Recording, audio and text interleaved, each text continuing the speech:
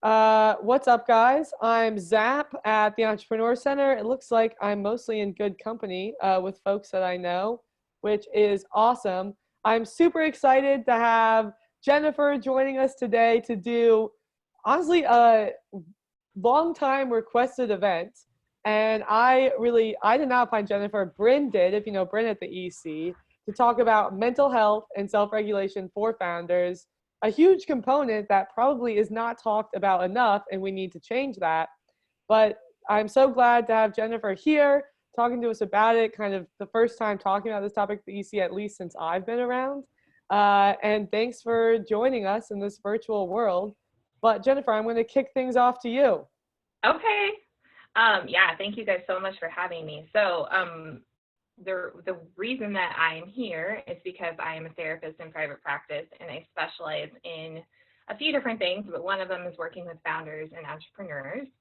And I do a certain type of therapy called acceptance and commitment therapy. And so if you have any familiarity with that, you may or may not. It's not the most broadly known term, but you may be familiar with some of the concepts just through like maybe coaching or other like emotional or mental health resources that you might have come along the way. But that's kind of, again, inform a bit of what I'm talking about today. And acceptance and commitment therapy is a type of therapy where we don't necessarily focus on like processing the past or integrating past experiences per se. So sometimes that does happen as a byproduct of the work that we do together, but that's not the main focus. And so in that way, it's a little bit different than maybe sometimes what people have in their minds as an idea of therapy. And it's really focused on present moment awareness. So being aware of what's coming up for us in the present moment and figuring out how we want life to be moving forward in the areas that we control, kind of letting go of the stuff that we don't control, which is the acceptance part. And the commitment part is how do I take action toward the things that I do control. So I think that the specialty of working with entrepreneurs has kind of found me because I think that this therapy is really well suited to that population and to some of the things that probably a lot of you have experienced. So I'm going to just talk a little bit today about like common mental health and emotional health challenges that I see particularly in entrepreneurs, and then in general, but also how some of the challenges that we're facing with this moment of pandemic that we're in right now are also kind of the Venn diagram overlapping with what it is just like generally to be a founder. And so I just want to kind of speak to some of that stuff and hopefully normalize some of that for you if you've experienced any of those things, which I'm almost 100% sure that you have.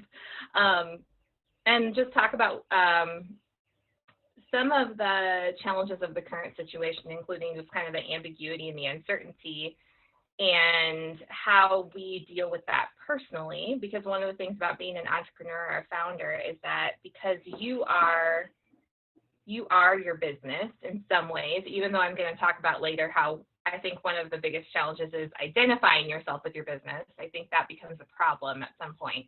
But there's also a reality to that you are your business. And so part of just managing the uncertainty and the ambiguity involved in the business environment right now is managing how that's coming up for us in between our two ears, like in our own selves, and being able to regulate that so that we can make the decisions that we need to make. Not only so that we can make the decisions that we need to make, but also so that as a human being, we can just function right now, and hopefully a little bit more than function, maybe a little bit of feel like we're doing something purposeful, feel like we're connected with other people, all those like just ongoing needs that we have as human beings to sustain our emotional and mental health. But so for our own sake, but also for the sake of our businesses, how do we navigate through the ambiguity and the uncertainty that this time is bringing? And then I just want to talk a little bit at the end about ways of kind of working with that ambiguity when it comes up, like I said, but also how to think about prioritization and focus during this time, because I think that's one thing that I'm hearing a lot and feeling so much in myself. And I don't know if this has kind of come and gone in waves as the pandemic has evolved over time, but at the beginning, I was just hearing so many people saying, like, in that first like month and a half, like, I just can't focus on anything. I just feel really like kind of spaced out and distracted and frazzled. And I think we're at a moment now where maybe we're settling in for this a little bit. And so just how do we work with when we find our attention, it's hard to kind of harness our attention for the things that we need to do right now. So let me talk about entrepreneur life and emotions and common experiences that I hear. So I think entrepreneurship has a unique combo of factors that are really well suited to anxiety. Like a lot of times what I tell people about anxiety in general, and not just in the life of a founder, but just being a human being, is that we worry about what we care about. So if you go about your day, like we make decisions all day long that never register in our brain as worth worrying about or paying attention to. I mean, some of us more than others, but like I decided what I wanted to have for breakfast this morning, and I haven't had another thought about that since I did it. And I didn't worry too much about it when I was making that decision, because that's just not, it's important that I stay alive because I eat, but that's not like a fundamentally deep part of what I feel is my purpose in life. But the things that we tend to worry about are usually the flip side of things that we're really invested in, that we really care about. So obviously when someone is starting a venture, a business, they are a certain kind of self-selected person who has already decided this is important enough to me to do this, whether the thing that's important enough to me is like the mission of the business or being my own boss, or using some like gifts and talents that I think I uniquely have. There's something about that puts us in a very, very, personally invested position in what we're doing. And so I think right there, right off the bat, we're kind of set up for an emotional volatility that goes along with that ride. And I think there's other like practical things that kind of fuel that fire. So some things like working really long hours and having really tight work conditions, like working on a shoestring budget, or trying to start with the limited amount of human resources that you may have at the beginning of depending on where you are kind of in the life cycle of your business. And not only is there like the emotional investment, but there's also the risk of what you've invested potentially, like, for some people it's like your life savings or the time that you're putting into this, where you could be doing something else with your career that might be more consistent or certain, in quotes, of course. what career really ever is consistent and certain, but sometimes it feels like there might be something else out there that you're trading off as an opportunity cost for what you're doing right now. And your time, putting a lot of time into the business. One thing I hear a lot from entrepreneurs is kind of the social isolation, and it seems like what you all have in the Entrepreneur Center is so beautiful in wanting to counteract that, because I think it can be really common for entrepreneurs to feel like, even though I might know a lot of other people who are doing similar work, I may not be able to be honest with those people, like, I'm really falling apart, or I'm really devastated because I didn't get this investment that I was hoping for. I'm really questioning myself. I'm really questioning whether this was the right thing to do. All of those things that come up, I think it can be hard to find people that you can really be vulnerable with about that stuff, because I know there's a feeling that you may not want to let other people in the industry that you're in know that you're suffering, because it might look bad for your company. There might be a sense of like, oh, maybe that business actually isn't doing well, when really it's like, this is a common part of the human experience that these things come up for us when we have roadblocks or the timeline is slower than we hoped it would be or whatever. So I think that there's a certain amount of even being connected with other people a feeling of loneliness with the experience that it might be that sometimes happens for people.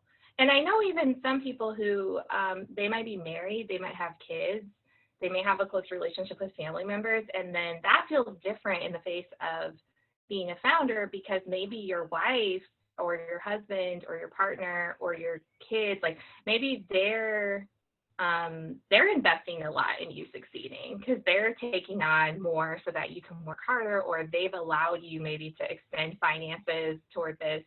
And it's hard to even tell that person sometimes, like, this is really hard for me right now because there's this potential that they're going to get anxious about it and they're going to start questioning, and that doesn't feel like it's going to be helpful to you or to them. It just may not want to do that to someone else because it's hard to see them start to suffer. So I think all of those things I see sometimes keeping people from really getting kind of the honest emotional support that they might be needing. And then the last thing that I just wanted to say I think is really common is this kind of over-identification with the success of your business, which is really kind of glorified, I think, in the entrepreneurship, kind of culture. And not to say that there isn't a utility to that, because of course, there's something about starting your own thing. Like you have to work your ass off. So there isn't an option of just like, well, I'm just going to take this back to like, I'm just going to work 9 to 5 and I'm only going to put this much into it. That's not necessarily the appropriate response either. But what I'm talking about more specifically is kind of the internal experience where the status of whatever it is, like whether it's your whatever your metric is, like your sales, your growth, your investments, like the amount of people that are partnering with you, whether somebody's saying yes or no to you on a day-to-day basis, is determining whether you feel like you're a success or a failure, or whether you feel like you're a worthwhile person or not, whether you feel like this was the right decision or not, like where those things become like a direct input-output for how you think about yourself and whether your emotional life can kind of weather that. So I think that's the danger where the like identification with your business can go from being like a helpful, important thing that we need to some degree to being like, there's no way to, it's kind of like, I say this a lot, it's kind of like watching the grass grow. Like if you sit on your lawn and you're like, okay, 5 minutes from now, how much taller is my grass? You're going to just go crazy. You're going to quit because that doesn't feel like, that's not a workable way of looking at the situation. So that's how I think about whether we're allowing our identity to get totally overtaken by the venture. And no matter how important the venture is, and no matter how maybe high stakes it is, there's still a lot of other things to your life and probably a lot of other things that you want your life to be about. And I think that, it's important sometimes to recognize when that's happening and figure out how to refocus, even in really small ways. Even if for this season, the all-consuming nature of the business has to be to some degree, there's always a choice about small ways that we can bring our attention back to the other parts of our lives to kind of break the spell I think that can sometimes create. So all of that are some of the things I hear about entrepreneurship. There's a lot more to be said about that. I'm sure you could add your own things too, but those were some of the things that I just wanted to highlight, kind of the biggest things that I see. And then there's also COVID-19 that we're in the middle of right now. And the way that has uniquely positioned us for a lot of mental health issues, I think, specifically overlap with social isolation, because we're feeling like in the face of stress, our bodies and our brains are wired to want to connect with other people. That's just kind of what we do as human beings, with kind of a tribe tendency. And in this moment, we're being asked to stay away from one another. And that feels, I think, really antithetical to what we want to do for kind of comfort and sustenance in a time of crisis. So I think that's hard. I think that we're, obviously getting really tired of that and we're just tired of all the things that have gone along with this at this point, and moving from I see this like we're kind of moving from a sprint to a marathon. It feels like the initial part was like a crisis, and we have kind of a certain way that we feel about crisis, that we mobilize resources, we have kind of fight or flight. And probably if you're an entrepreneur, because you're here today, you probably have kind of a problem solving instinct when you're in a crisis. And so you're probably like mobilizing all your resources, like, what am I going to do so my business can survive this? Or what do I need to do to change my strategy? What do I need to do maybe to personally, financially survive this, whatever it is. And now we're at a point where I'm getting the sense that we're feeling a little bit more like, this is a longer game. This is a settling in, and that's a shift. And I think that even that shift is a little bit stressful, because it's like the coping skills that might have worked a month ago or a month and a half ago feels like, I don't know, is that going to be sustainable if some things about this are unknown and uncertain for another however long it might be. And we've lost a lot of things. I think a lot of us have had what I would say grief about things, maybe like, personally, maybe like vacations that have been canceled, maybe kids that haven't been able to finish the school year, maybe not being able to see family members that are really important to us, maybe even like losing people to this illness. There have been so many losses that feel kind of ambiguous, and there's actually a term called ambiguous loss that means losses that occur without closure or understanding, and I think there's just been a lot of that. So yeah, I think that's important to name. And then I also think a lot of people right now are experiencing this like paralysis about decision making, and not just on maybe the level that you're feeling it on a business level, but also on that personal level. Like, I'm trying to decide whether I can see a family member that I haven't seen for 2 months. I'm trying to decide, procedures about, I don't know what all types of businesses you all have, but, down to the details of like every single thing, maybe like sanitizing procedures, employee procedures, like all the stuff that we have to navigate that was maybe just standardized before. And that is a lot for the brain to have to navigate. Like, there's so many things in life that the brain shortcuts because we need to. Like, there are things that we do as routines, and the things that we make snap judgments about. We have to do that in a lot of situations so we can preserve our, decision-making power for things that aren't obvious that we really need to be thinking about. And now we're really having to think about all of it. And I think that is just a lot. So I just want to validate that if you're experiencing like decision fatigue, like to the max right now, I think that's part of really a very broad experience of COVID-19. But also, as an entrepreneur, you have all this decision fatigue, but you also have the stakes that are high, which are like, I'm in charge of this. And that's a very stressful place to be. So yes, there are some experiences of this time. And if we'll have a little Q&A time at the end, and I just love to hear if anything else kind of came up for you that you're thinking, the unique emotional experience of like being an entrepreneur and also during COVID-19. I'd love to hear what other thoughts you might have. But I want to move on to ambiguity in the brain. So I think one of the unique things about being in this time in particular is all of this ambiguity and all of the information that's out there that's really hard. It's just a very hard problem to solve, to say that about the pandemic, right? It's like there's a lot of blame, there's a lot of strong opinions, and there's a lot of people that are trying to do their best with the information that they have, and we're trying to do our best with the information that we have. And the brain really doesn't like ambiguity or uncertainty. You might have noticed that in your own experience. It's like we would rather have an answer to something than live with the discomfort of really being in a place where we don't know, or maybe we don't know yet.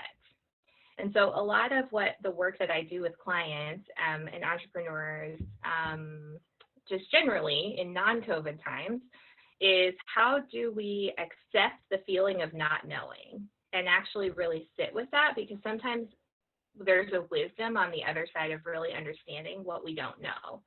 And you've probably experienced that in practical ways in your business, but it's also true emotionally that it gives us access to different information within ourselves and different kind of intuition when we're comfortable with a space where we may be able to say, I just don't know the answer to this.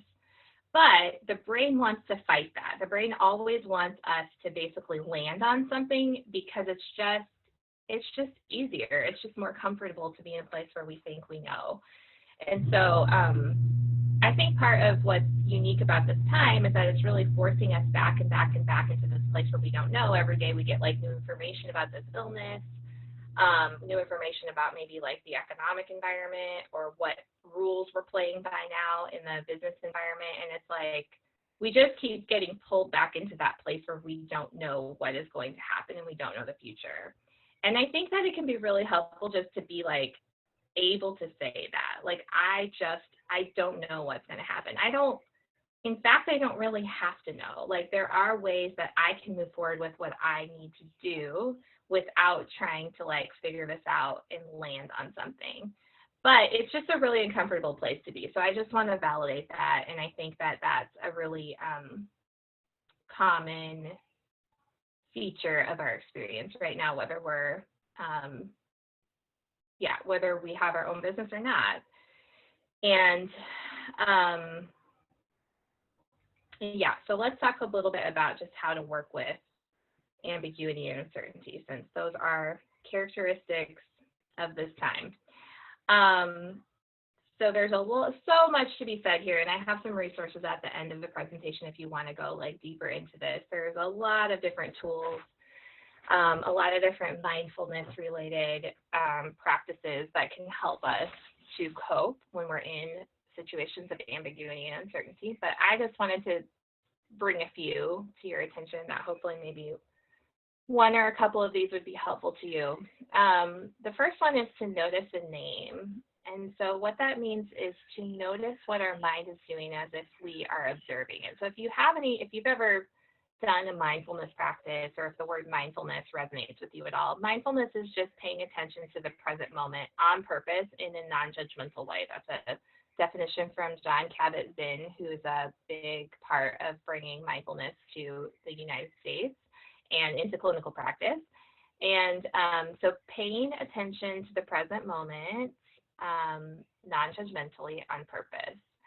And what we do when we're in a place where we're doing that, it doesn't have to be anything fancy. It doesn't have to be like sitting down with your legs crossed on a pillow. It doesn't even have to be setting aside a certain amount of time to do that. It can just be a noticing and naming of what your mind is doing right now.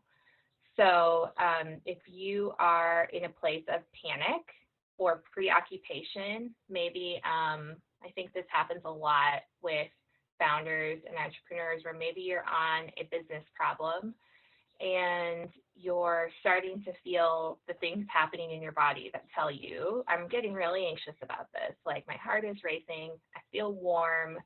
My mind feels like it's kind of stuck on this. Like, I just keep coming back to this over and over and over again. And I'm kind of on a hamster wheel where it's like, I can think about this all day long. I can research this all day long. And I'm still worried about it. Or maybe I still don't know what to do. Or maybe I still don't know what the outcome of what I am choosing to do is going to be. There is an opportunity, if you can remember it, to stop there and observe what your mind is doing in that moment. And as if you're watching a movie. So you know how sometimes, I don't know if you've had this experience, you probably had this experience where you're maybe like at the theater. Remember in times when we could go to theaters, and there's a movie, like let's say it's a really scary or really dramatic moment that's happening, and you're really absorbed in that moment. like you're really in it. And then you have a moment where you remember, like, oh, this is a movie. This isn't actually happening to me, right? So that's a shift that illustrates what it's like when we are participating in our thoughts and when we're observing our thoughts. And when we're observing our thoughts is that moment where we can step back and see, I can kind of watch this play out rather than being a participant in it for a moment. And that can happen for a split second. It can be really quick. It doesn't have to be some big formal thing that we have to set aside time for. Although setting aside time for a practice like that is really helpful because it does help the brain kind of build this muscle of observing rather than getting absorbed in our thoughts. So if we can make that shift and we can say, what is happening right now? What is my mind doing right now? What is my body doing right now? You may start to notice that you have certain things that come up for you in your body that go along with certain emotions after you've been doing this for a while. So not everybody experiences anxiety or overwhelm or sadness, or even like some things that we generally think of positive emotions like excitement. Not everybody experiences those things the same way. So you probably have a way that you experience those things that you'll start to notice in your body. And you probably maybe even have behaviors that you'll end up noticing that you do, like what you actually do with yourself in response to those emotions, the more that you're able to notice. And when you can do that, then you get to have a choice about what you do with those feelings and what you do with those behaviors going forward. So it may seem like a really simple step, but it's like a fundamental starting point to being able to manage ourselves in the face of difficult emotions. And the other thing that I would say in this kind of notice and name practice is to ask ourselves, what is my mind doing right now, but how is it trying to help me? Because the brain is wired for survival and safety. So the brain kind of overfires on threat because if we have a tiger running after us, we need to not be reflecting about that. We need to be running. There's a reason that we don't have that the instinct is kind of a reactive one rather than a reflective one. And so there are times where that is helpful, that we need, I mean, if you've ever experienced like a car accident, a trauma, like a life-threatening situation where you had to respond like instantly, and then you've come out of it afterwards, like, I don't know how I survived that. I don't know how I did that. You know, you hear about people like lifting cars, like having the physical strength to like lift cars off of that have run over kids. It's like the body just does what it needs to do. And we can thank it for that it's doing that. And I think sometimes by noticing the way that our mind is trying to protect us or help us when we're in the middle of a difficult emotion, we can find some wisdom there. We can find something, and then we can have sort of a dialogue with like, okay, thank you for trying to help me here. Thank you for trying to protect me. I got this. I will decide if this is a threat or not, but I appreciate that I have a functioning mind that wants to get me out of what feels like a threatening or risky situation. Which brings me to the self-compassion. So the next thing I have there is that once we've noticed and named what's there, that we give that compassion, that we don't respond in a way that is kind of belittling of that emotion, arguing with that emotion. A lot of times some of these things that we do because we want to get rid of that difficult emotion make it a lot worse. So I'm sure you've had this experience where you have maybe a fear, like let's just say I'm gonna like lose this big account or something. And you're then trying to argue with yourself like, well, I mean, they seem like they really appreciate the work that we're doing for them, and they told me this, and this the last time I talked to them. And you know, you have the defense and the prosecution going on in your brain, and they're arguing with each other. And you're trying to tell yourself like, no, it's so irrational to be worried about that. I just need to stop worrying about that and move on. The problem with that is that sometimes we get deeper into the struggle with that thought when we take that approach, because our mind is like, no, like you're not seeing the threat here. You need to stay on this until you've solved it. And sometimes that's helpful because we can solve a problem, but But sometimes when we find ourselves in the same loop over and over again, and it's kind of an unsolvable feeling at that moment, we're kind of deeper into it when we get into this fight. So an alternative to that is this approach of self-compassion, which is like to say, my mind is trying to protect me from, whatever. A lot of times the worst case scenario, like my business shutting down, me losing my entire life savings, me losing my relationship over this, or, on and on. It could be lots of things in your personal life too. But if we can say to ourselves, like, I feel this suffering right now because I care. And this is a part of being human. When we can bring that kind of compassion and empathy to our own experience, a lot of times that takes some of the fire out of this fight that we can get into with ourselves. And so there's a lot of other like self-compassion practices that are out there, and I have some resources for that at the end of the presentation too. But that's something that I really encourage. And if you have the possibility of getting compassion from other people, like I was talking about that social isolation part earlier, if there is somebody, and I really encourage you to find somebody in your life who understands what it is to be an entrepreneur and who you can be emotionally honest with, where you kind of say, like, I need to know that you're not judging my business, or you're not judging my success on what I'm saying, but I'm really falling apart right now. Because it's just so important that we also can get that compassion from other people, which is just to be heard and have connection when we're in a place that's difficult and that's painful. So that's what I would say about self-compassion. And then the third thing here is values and committed action. And that means that as we're experiencing this difficult emotion, whatever it might be that's coming up in the face of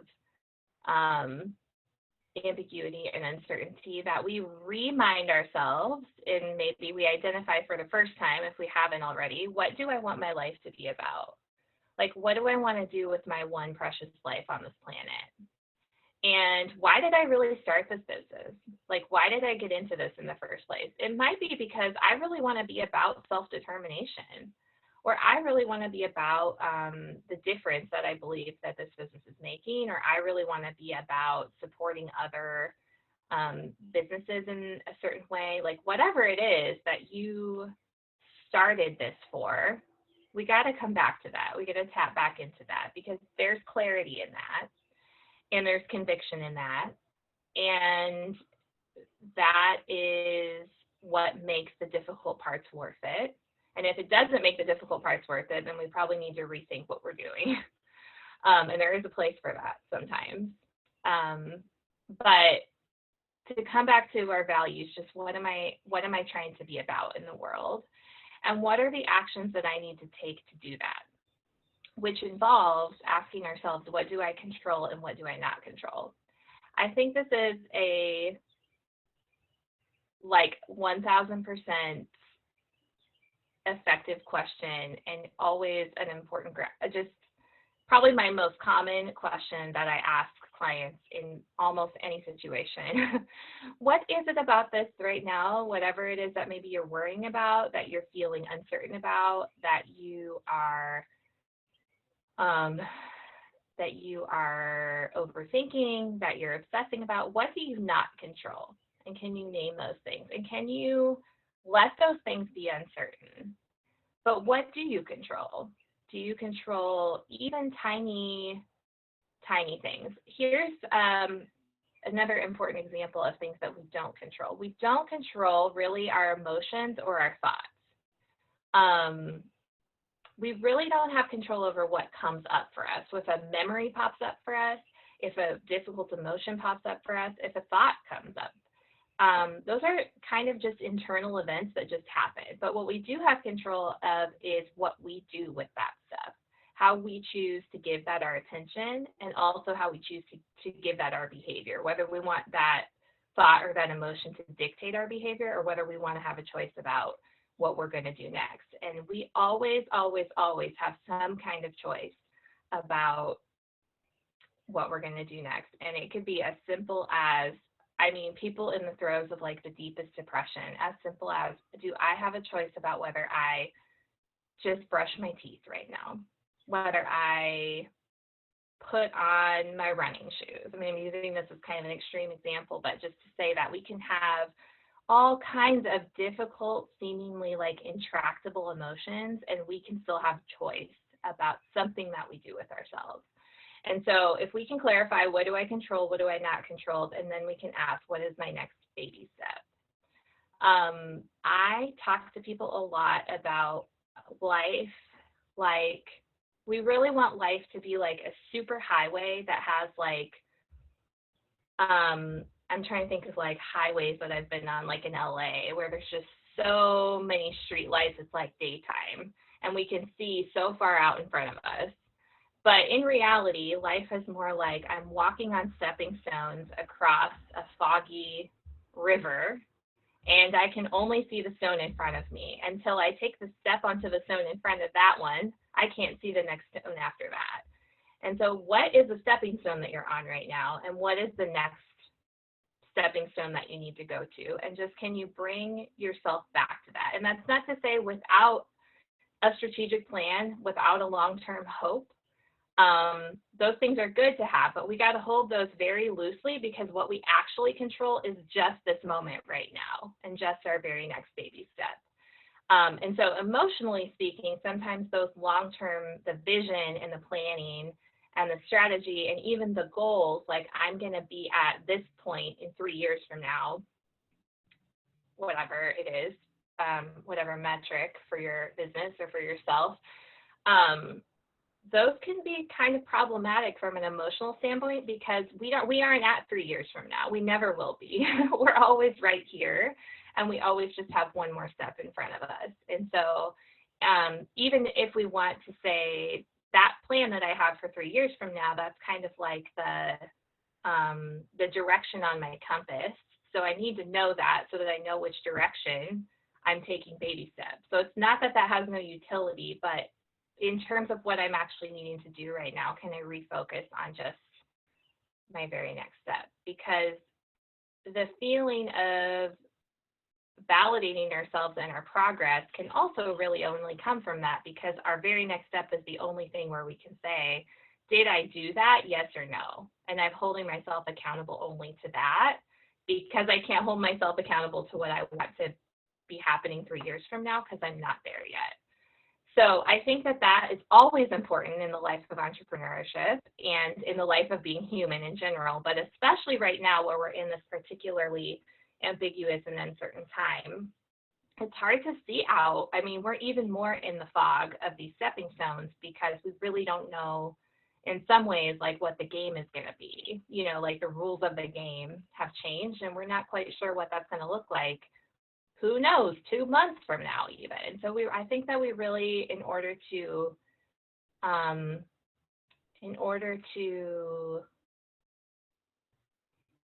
reduce our suffering at this time, it's important that we're able to come back to just the next step in front of us, maybe just the next 15 minutes. What is my next baby step? I really want to encourage us with that. That way of processing. So I'm just going to show you some additional resources here, and then we can do a little bit of Q&A. There's so much more to be said about all of this, and I just encourage you to check out Russ Harris, who is an author who does this type of therapy, has been one of the founders of this, and he's written so many things for the general public, and he's just such a relatable person. So he's written The Happiness Trap, and I wrote The Confidence Trap. It's actually The Confidence Gap. Stephen Hayes is another founder of acceptance and commitment therapy, and he just released a book recently called The Liberated Mind. And then you may know Mark Manson. The Subtle Art of Not Giving a Fuck is a very general public accessible distillation of some of these ideas from acceptance and commitment therapy. And then I highly recommend, if you don't already do some type of mindfulness practice, if that's of any interest to you, the app, the 10% Happier app, is one of the best that I like, that I recommend to people a lot. And they have a lot of free resources right now, and then also they've really expanded the groups of people that they're offering their app to for free right now during this time. There's lots of little single practices, just guided meditation practices on there related to focus. I know I have used those a lot in the last 2 months where I start my day. I come into the therapy room and there's just so much going on outside in my life, and I have such a hard time kind of gathering myself and getting present for the work that I have to do. And so I've used their kind of focus and attention practices a lot there. So I recommend that if you're struggling with that right now. And there's a lot of really good stuff on self-compassion too, and present moment awareness. So yeah, and then there's my contact information if I can be of any assistance to you in any other way. So let me see if I can, what I need to do here to get back to seeing you all. Let's see. You should be able to just stop sharing. Okay, did I do that? Stop share? It doesn't look like, okay. Oh, now you did. Beautiful. Yeah. Okay. There you are. Let's take. So I hope that stuff was helpful, but I'd love to hear if you all have any questions about anything that I said, or, you know, any other just questions about mental health and emotional wellness in your areas of work. Let's field some questions. Maybe this is a scary topic to ask questions about, but yeah.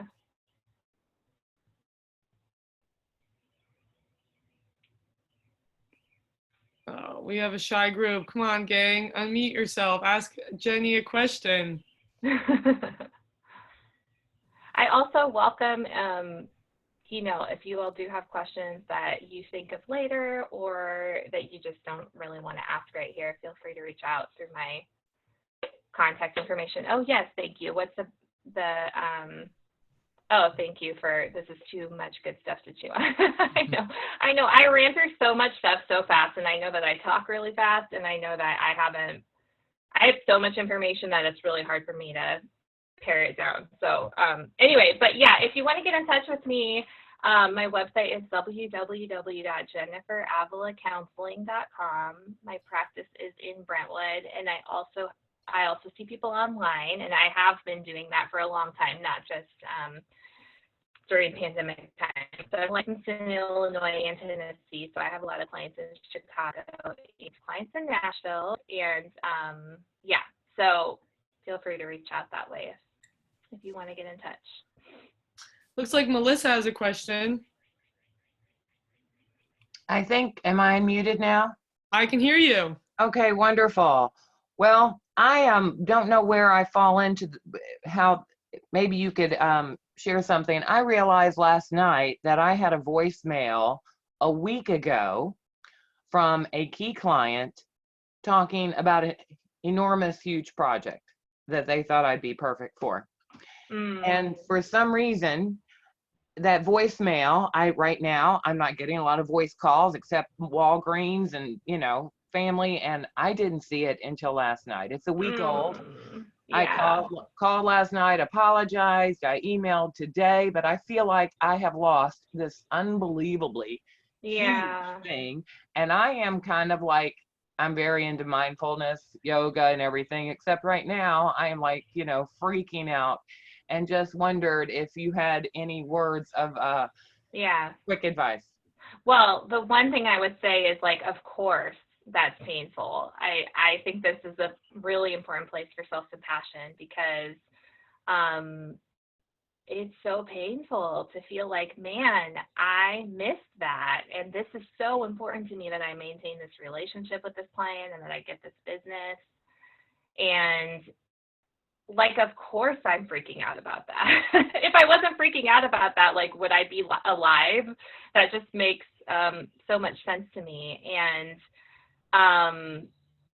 it's hard. It's hard to let ourselves off the hook for being human, I think, in that case. Like, it makes a lot of sense that you haven't been paying too much attention to your voicemail.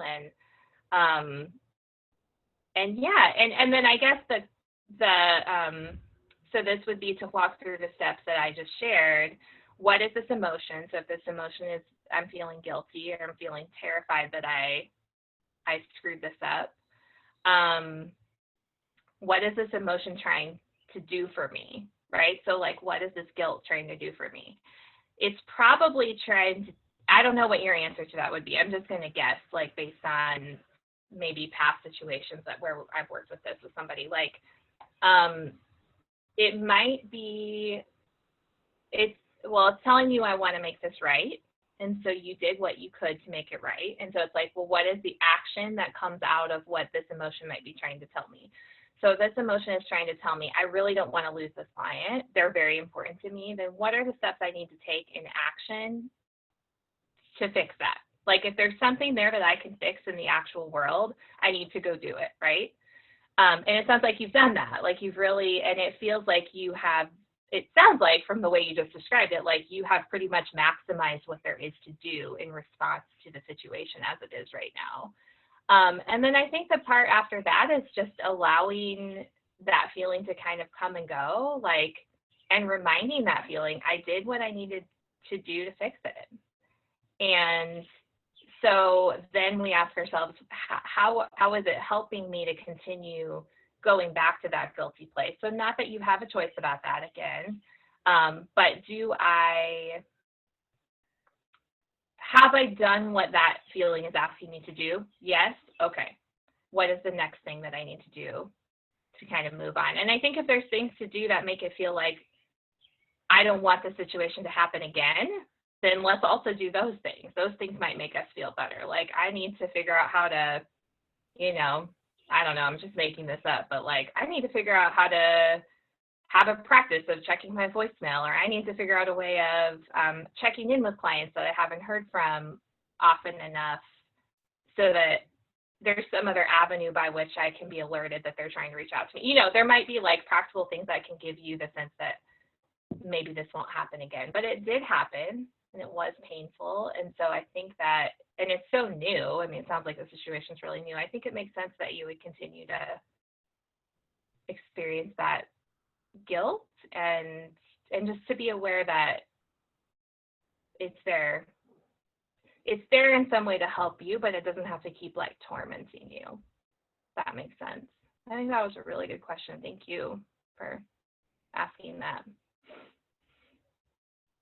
I think we had some other folks with questions. Maybe Fred, maybe Ryan, whoever says it first.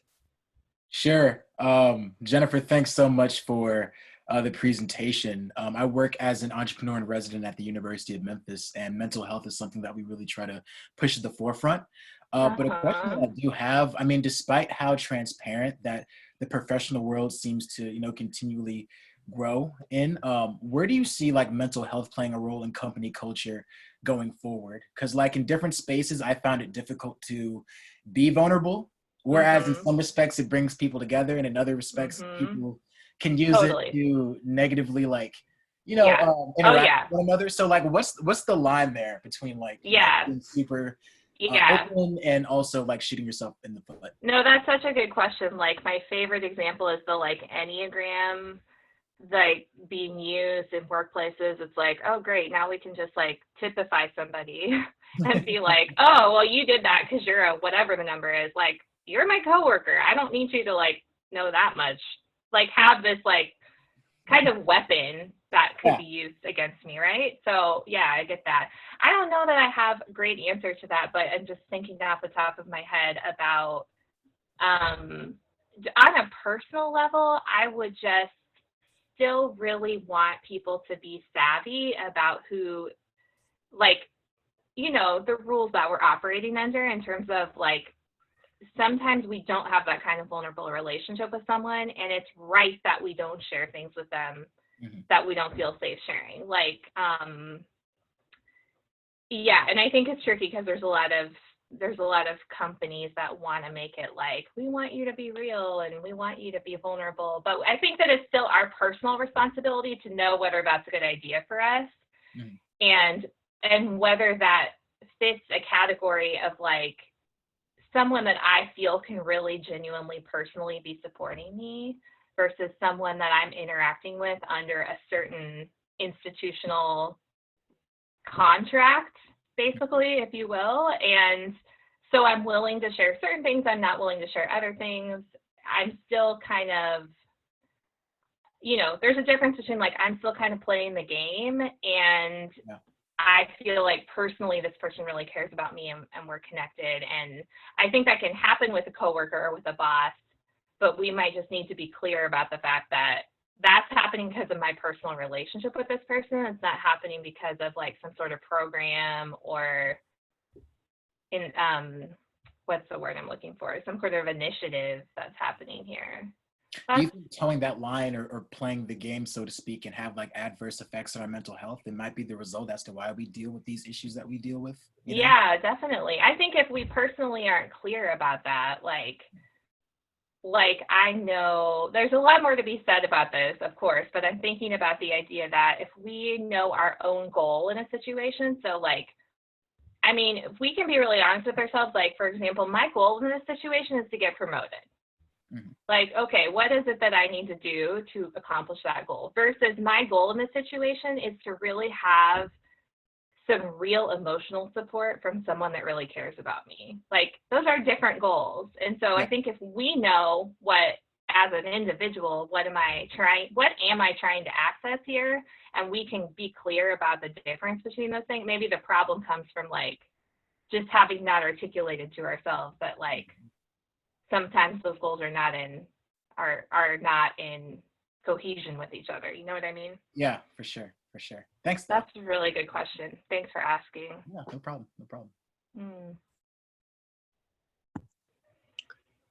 You mentioned Enneagram. I just was having Ryan's doing Enneagram this week. Yeah, I can't wait to see. Good timing for me. Sorry, who was about to say something? Oh, yeah, it's me. It's Douglas. Sarah's my wife. That's why it says Sarah at the bottom. But I just wanted to thank you, Jennifer, for taking the time to talk about this topic. Me and my wife were extremely passionate about emotional and mental health, and especially and particularly in the workplace for our own lives. And we have a vision for other people's lives in that.